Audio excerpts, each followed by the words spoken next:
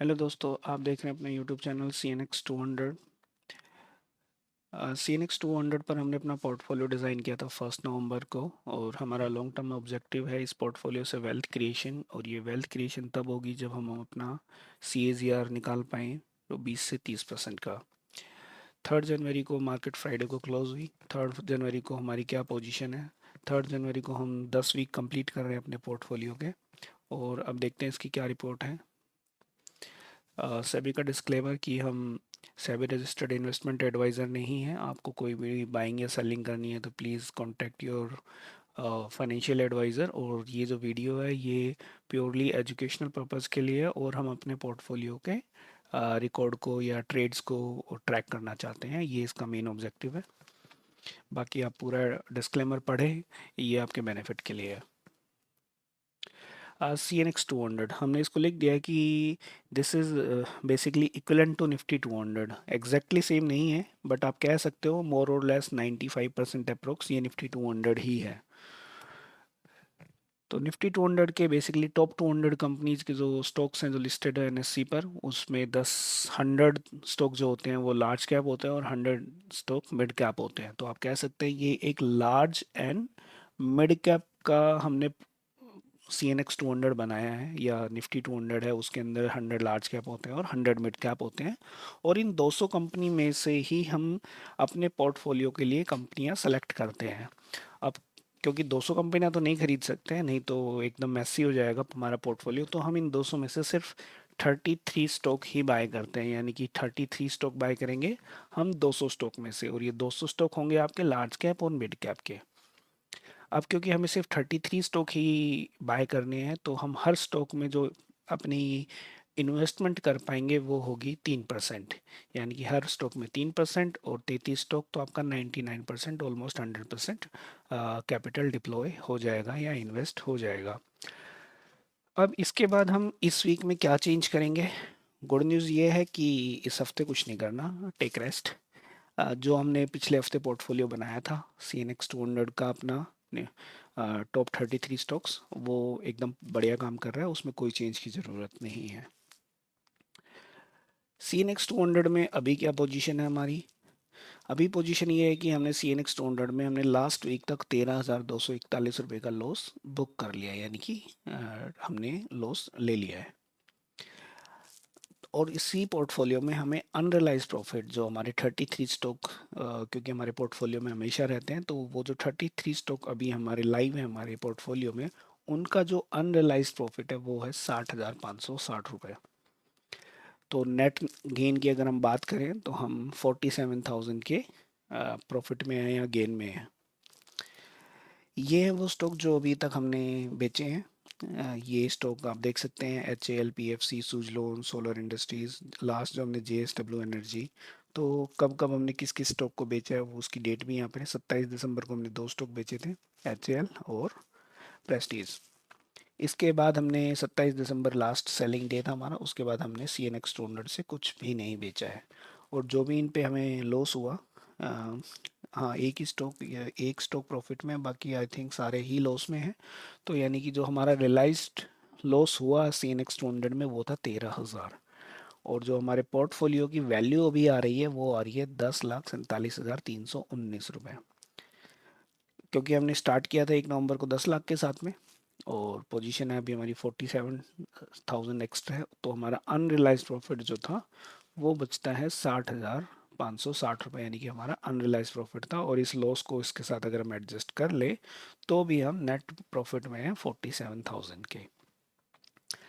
अब चेक करते हैं कि सी एन एक्स 200 दिखता कैसा है। तो सी एन एक्स 200 क्योंकि इस हफ्ते ना हमने कोई बाय किया है और ना ही हमने ये सेल किया है। ये नीचे 2 बाय लिखे हुए हैं, लेकिन ये बाय अगर आप देखो तो ये लास्ट बाय हमने 27 दिसंबर को ही किए थे, इसमें कोई बाय नहीं, फ्रेश बाय कोई नहीं है। तो ये हमारा अभी सी एन एक्स 200 का जो पोर्टफोलियो है उसमें से जो टॉप 33 स्टॉक्स हैं वो हमने यहाँ पे प्लॉट कर दिए हैं। ये ही वो स्टॉक हैं जो अभी हमारे पोर्टफोलियो में एग्जिस्ट करते हैं। अगर किसी ने पोर्टफोलियो ना बनाया और अब अगर वो पोर्टफोलियो बनाना चाहे तो वो ये 33 स्टॉक सेलेक्ट कर सकता है, लेकिन ये क्वांटिटी चेंज हो जाएगी। रीज़न इज़ क्योंकि हम हमारा कॉन्सेप्ट ये है कि हम हर स्टॉक को 3% अलोकेट करते हैं, यानी कि स्टॉक के नाम आपको यहाँ से मिल गए 33 स्टॉक। अब उसके बाद बाय प्राइस भी आपको मिल जाएगा, जब आप मंडे को ट्रेड करने जाएंगे वहाँ पे आपको प्राइस भी मिल जाएगा।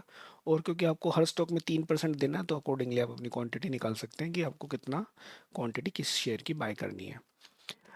अब हमारे पोर्टफोलियो की जो पोजीशन है वो ये है कि गेन और लॉस जो भी पर हर स्टॉक में हुआ है, रेड वाले आप देख सकते हैं लॉस में हैं, ग्रीन वाले प्रॉफिट में हैं, रेड वाले कम हो गए हैं और ग्रीन वाले बढ़ रहे हैं। और नेट नेट हमारे पोर्टफोलियो की पोजीशन ये है कि हम लोग 4.7% के प्रॉफिट में हैं। वही 47,000, क्योंकि हमने 10 लाख से स्टार्ट किया था, 47,000 प्लस है, तो परसेंटेज टर्म में हम 4.7% अप है हमारे पोर्टफोलियो में। अब इसको अगर हम कंपेयर करें कंट्री बेंचमार्क जो कि निफ्टी 50 है, निफ्टी 50 1 नवंबर को था 24,300, और 4 जनवरी बेसिकली 3 जनवरी, क्योंकि 4 जनवरी तो सैटरडे है आज, तो 3 जनवरी को जो रेट था वो था 24, इंडेक्स का क्लोजिंग प्राइस था 24,005। तो यानी कि इंडेक्स ने लूज़ किया है 1.2%, यानी कि पिछले 2 महीने में निफ्टी की पोजीशन नेगेटिव रही है और निफ्टी ने लूज़ किया है 1.2%। बट हमारी पोजीशन हमने बहुत अच्छा किया है इसमें, और हमारा पॉजिटिव साइड पे है 4.7%, यानी कि हमने निफ्टी 50 को इंडेक्स को आउट परफॉर्म किया है 6% से, 4.7 प्लस 1.2, तो बेसिकली हमने 6% ज़्यादा अर्न किया है निफ्टी से। सेम कैलकुलेशन को अगर हम निफ्टी 200 से मैच करें, जो कि सी एन एक्स 200 का ही बेंचमार्क है, इससे कंपेयर करें तो ये था 13,690 और अब ये है 13,610। तो निफ्टी 200 ने भी 0.6% का लॉस किया है, यानी कि निफ्टी 200 भी डाउन है।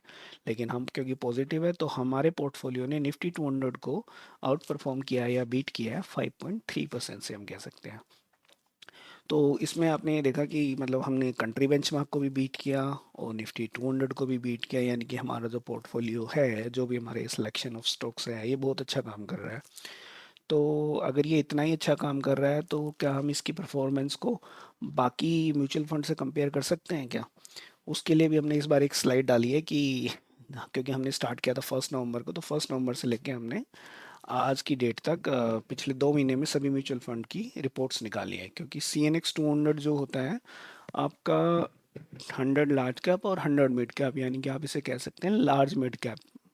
ठीक है, तो अगर हमें इसे कंपेयर करना है तो हम इसको कंपेयर भी करेंगे large and mid cap mutual fund से। और स्टार्टिंग डेट होगी हमारी 1 नवंबर और क्लोजिंग डेट होगी 3 जैन या 4 जैन। तो ये है आया है उसका रिजल्ट। आप देखेंगे तो ये है top mutual fund basically large and mid cap from 1 नवंबर 2024। और हमने सिर्फ टॉप 30 म्यूचुअल फंड पिक किए हैं। ऐसे तो वैसे तो म्यूचुअल फंड बहुत सारे हैं इंडिया में जो कि लार्ज एंड मिड कैप में काम कर रहे हैं, बट ये टॉप 30 म्यूचुअल फंड है। और इसमें भी आप देख सकते हो जो 4th नंबर पर है mutual fund union large and mid cap fund, तो बेसिकली उसकी परसेंटेज है 4.7, और हमारी भी सी एन एक्स 200 का जो रेट ऑफ रिटर्न है वो 4.7% है। तो आप कह सकते हैं कि हम फोर्थ फोर्थ नंबर के म्यूचुअल फंड के साथ कॉम्पीट कर सकते हैं या ऑलमोस्ट उसके इक्वलेंट हैं रेट ऑफ रिटर्न के मामले में। ऑल दो उनका कैपिटल साइज बहुत ही अलग होता है और हमारा कैपिटल साइज बहुत अलग है, बट रेट ऑफ रिटर्न के मामले में हम कह सकते हैं कि हम वो उसके 4th नंबर पर हैं। हमसे ऊपर 3 म्यूचुअल फंड हो रहे हैं, H S B C large cap, Motilal Oswal and Invesco India. तो बेसिकली ये तीन तीन या चार म्यूचुअल फंड आप कह सकते हो जो हमसे बेटर परफॉर्म कर रहे हैं। बाकी सभी तो इसमें नेगेटिव वाले भी हैं। नेगेटिव वाले क्वांट और Tata large and mid cap, दो म्यूचुअल फंड ऐसे भी हैं जो नेगेटिव है इस पीरियड में। तो ये हमने स्टार्ट किया था 1 नवंबर को और 3 जैन तक जो भी इसकी रिपोर्ट है ये हमने देख ली। अब नेक्स्ट हमारे स्लाइड पे चलते हैं सी एन एक्स 500 पर। सी एन एक्स 500 जिसको कि आप निफ्टी 500 भी कह सकते हैं, अगेन सेम डिस्क्लेमर, ये इक्वलेंट है निफ्टी 500 के, बट एग्जैक्टली निफ्टी 500 ये नहीं है। 5 to 6% आप मान सकते हो ये निफ्टी 500 से वेरी करेगा।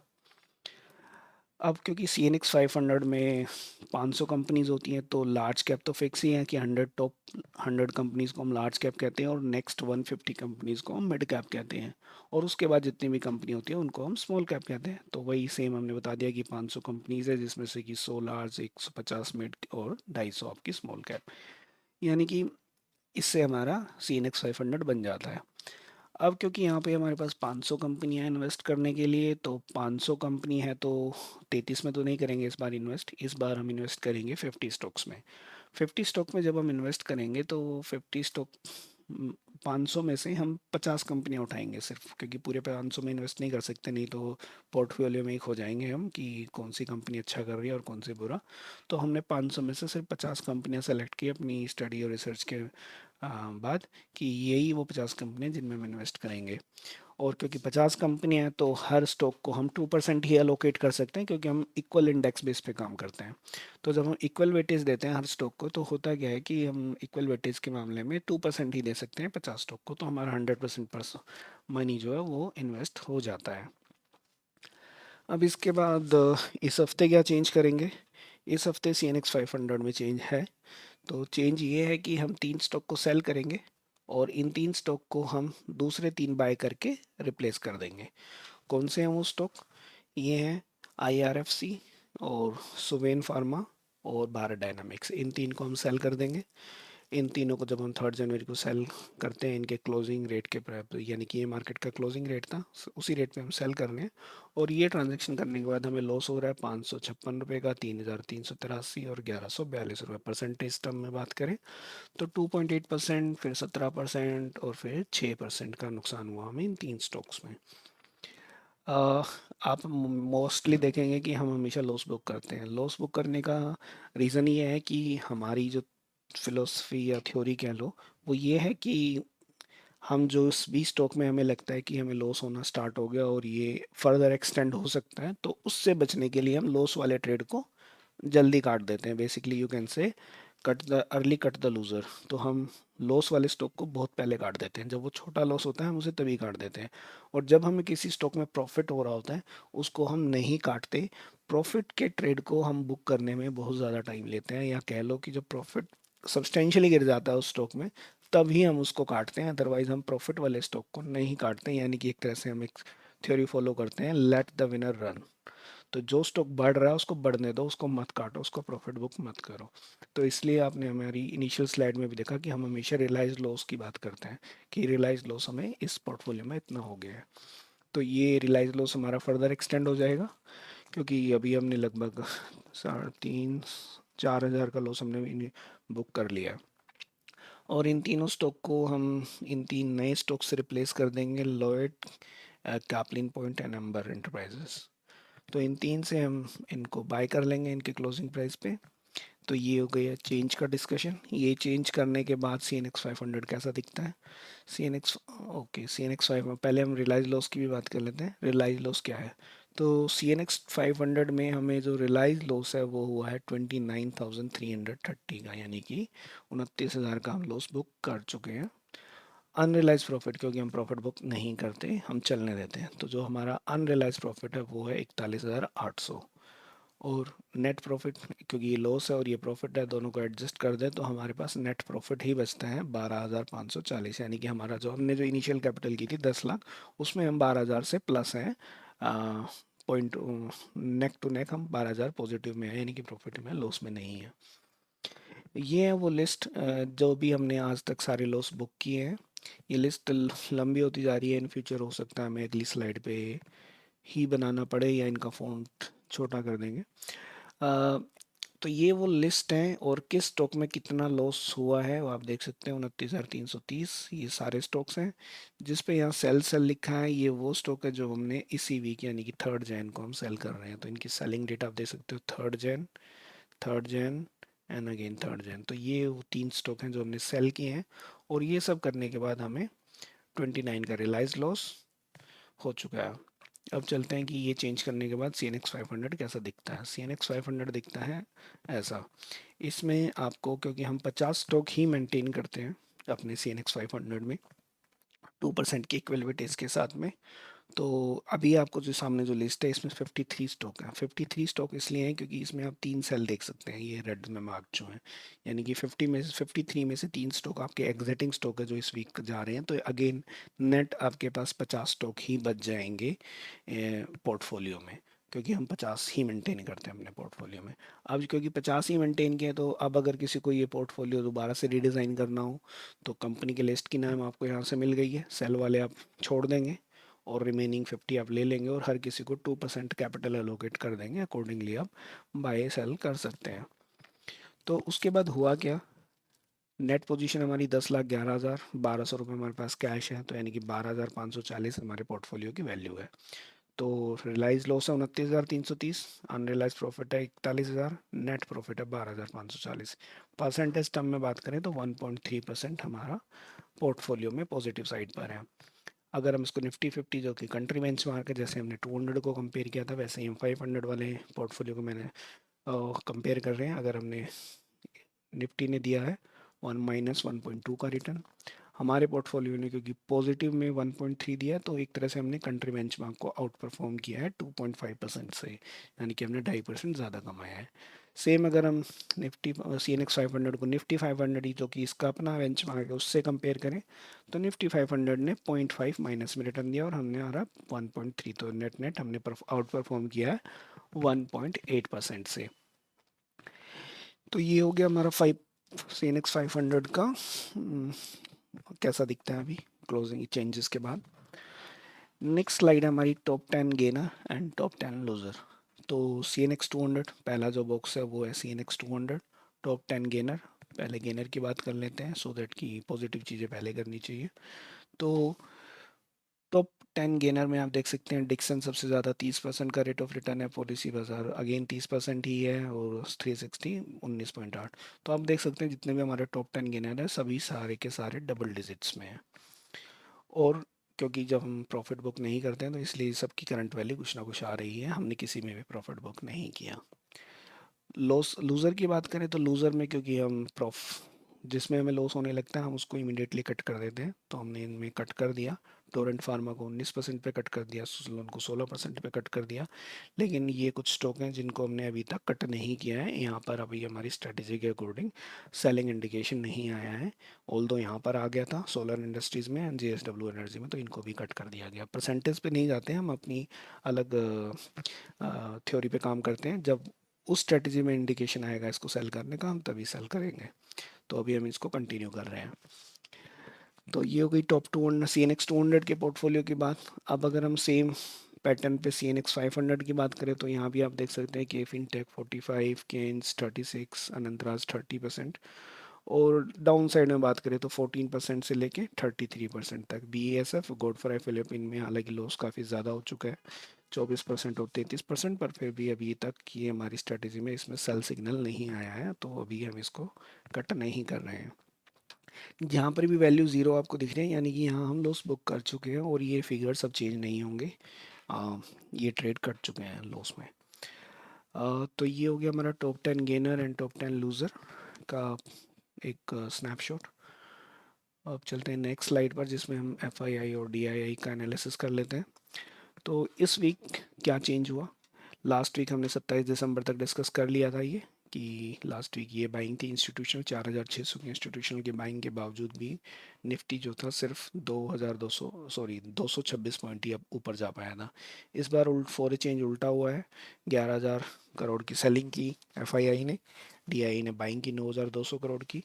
नेट नेट इंस्टीट्यूशनल सेलिंग आप कह सकते हैं 1788, यानी कि 1800 करोड़ की सेलिंग होने के बाद भी निफ्टी नीचे नहीं गया, ऊपर ही रहा है 191 पॉइंट्स।